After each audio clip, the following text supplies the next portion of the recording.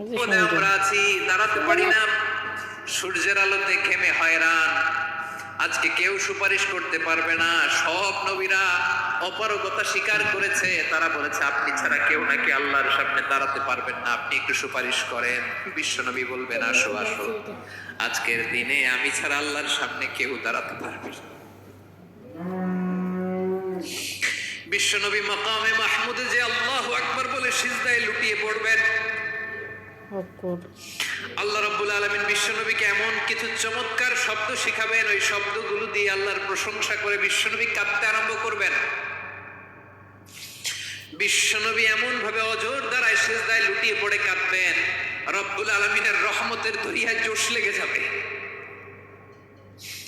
রব্বুল আলামিন এই দৃশ্য থেকে সহ্য করতে পারবেন না। রব্বুল আলামিন বলবেন ইয়া মুহাম্মদ ইরফা রাসাক, ও নবী আপনি মাথা তোলেন, মাথা তোলেন, আপনার কান্না আমি সহ্য করতে পারি না।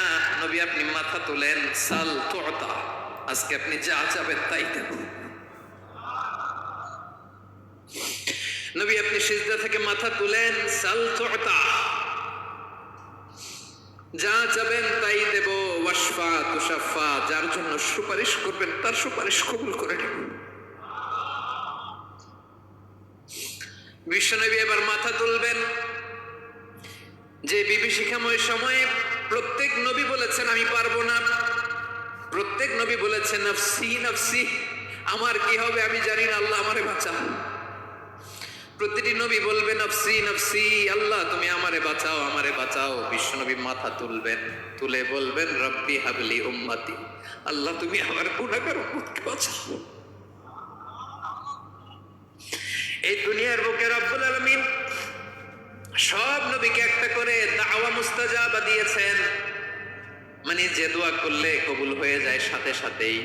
দাও বিহা, দুনিয়ার সব নবীরা ওই দোয়াটা দুনিয়ায় করে ফেলেছে।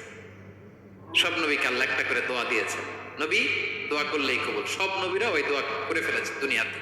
বিশ্বনবী বলেন আমি করি নাই। ওয়া ইন্নী আখতাবিউ দাওয়াতি শাফাআতান লি উম্মতি ইয়াউমাল কিয়ামাহ, আমার ওই স্পেশাল দোয়াটা আমি দুনিয়ার পক্ষে কঠিন বিপদে পড়েও কোনোদিন করি নাই। আমি আমার স্পেশাল দোয়াটা কিয়ামতের দিন আমার গুনাহগার উম্মতকে সুপারিশের জন্য রেখে দিয়েছি। মাথা তোলেন, আর কাটবেন না। বিশ্বনবী মাথা তুলবেন, আল্লাহ বলবেন সাল দোয়াটা, আপনি যা চাবেন তাই দেব। ওয়াশফা তুশাফা, সুপারিশ করেন সুপারিশ কবুল করব।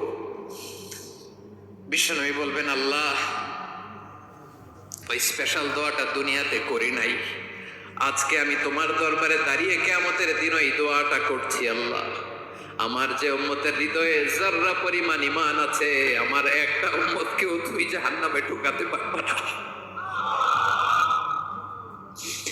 বিশ্বনবী পাগলের মতো একবার হাউজে কাউসারে যাবেন, একবার সিরাতে যাবেন, একবার পুলসিরাতের দিকে, একবার হাউজে কাউসারের দিকে পাগলের মতো দৌড়াতে থাকবেন।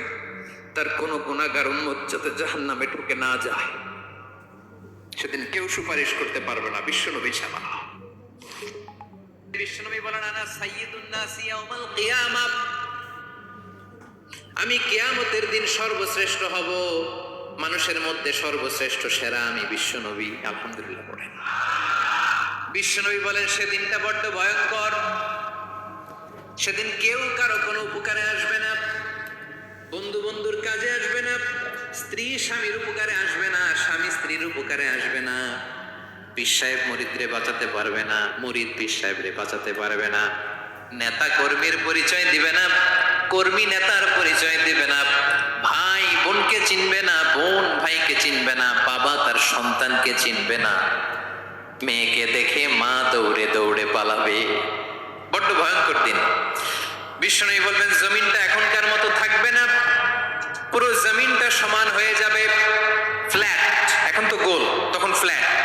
সবাই এক জমিনের উপরে দাঁড়াবে, সূর্যটা মাথার কাছে চলে আসবে, সূর্যের গরমে মানুষের মাথার মগজ গলে গলে কানের ছিদ্র নাকের ছিদ্র দিয়ে বেয়ে বেয়ে পড়বে।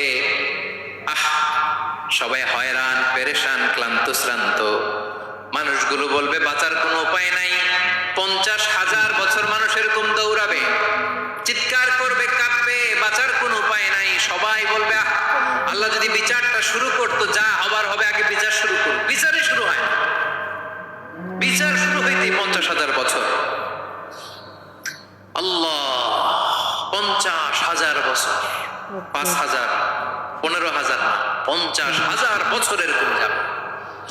মানুষগুলো কাঁদতে কাঁদতে বলবে, চলো আমরা আদম আলাইহিস সালামের কাছে যাই, যেন আল্লাহর যে সুপারিশ করে, আল্লাহ আপনি বিচার শুরু করেন।